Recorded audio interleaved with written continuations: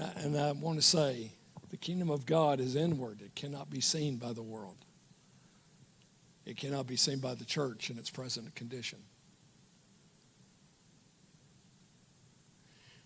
Jesus was very clear that this kingdom was coming and it would not come. You can see this in Luke 17, that the kingdom of heaven, the kingdom of God would not come with signs to be observed.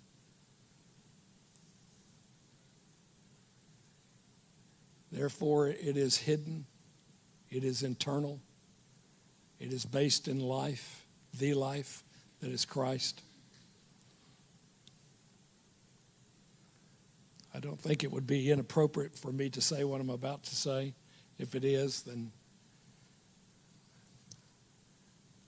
it just isn't. It's just the truth.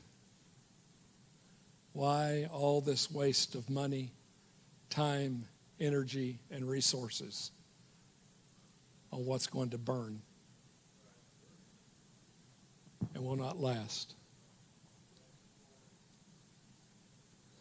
I already know what I'm going to be sharing on when we go this next weekend to Arkansas, building for the eternal and being builded for the eternal.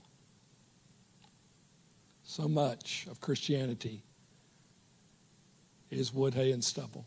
It is outward, and it's going bye-bye. Think of it, my dear friends, for just a moment. Think of the seriousness of what's gone on for these past 2,000 years. We have not been builded unto the eternal. We have been builded unto the external.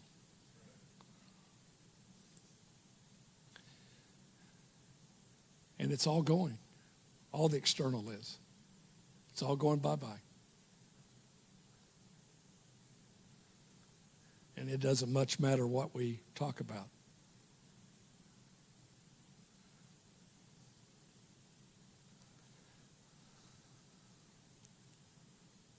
The song, only one life, soon it will pass. I'll say it this way, only what's done by Christ inwardly will last. Only that passes through the great fire. If the testimony of Jesus in present Christianity is outward only, and that's by and large the truth, we think that the things we're doing or building will attract people. But even if they do, to what are they attracted? The external, that which is not eternal, that which does not last. God would attract people by a life lived in front of them, not in a meeting, but out there. And would not attract them to our great sacrifice, but that God has caught the little foxes of ourselves, has pinned them up, shot them, done away with them by the cross of Christ. That we outgrow ourselves by Christ coming in. And that as he comes in, he forces us out. And he dominates within. Isn't that the gospel, Don, don't you think, Glenda? Isn't the gospel something beautiful in that he is offering us life, but I can't keep my former life and have the new? But if I'm willing to let go and let his process begin and me journey with him in it, that I can have life that is eternal, Christ's life. What an exchange. How many agree that's a beautiful exchange that God is offering us so that I no longer live, Christ lives in me. The access point is the cross, as always. The cross establishes, listen, the internal kingdom. The work of the cross is to establish the internal kingdom, not to make the externals of Christianity better.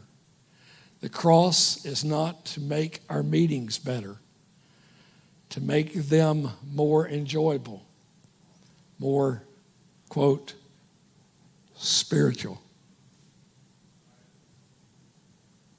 He is, by his cross, putting the externals away. Isn't that right, Sam?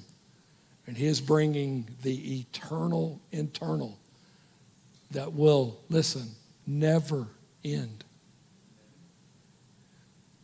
The challenge for we, God's people now, is to, let's say it this way, looking at the past generations of men for the past 2,000 years, since Christ first came, to be willing to be emancipated, to be freed from the externalism of Christianity.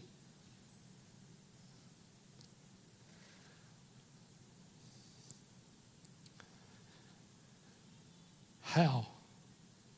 By the cross of Christ, building the internal kingdom. I no longer live. And believe me, you know it and I know it. When I say, when I no longer live, dead men and women don't need external things to make them happy, to make them joyful, to build and encourage them. Anyway, let's go on.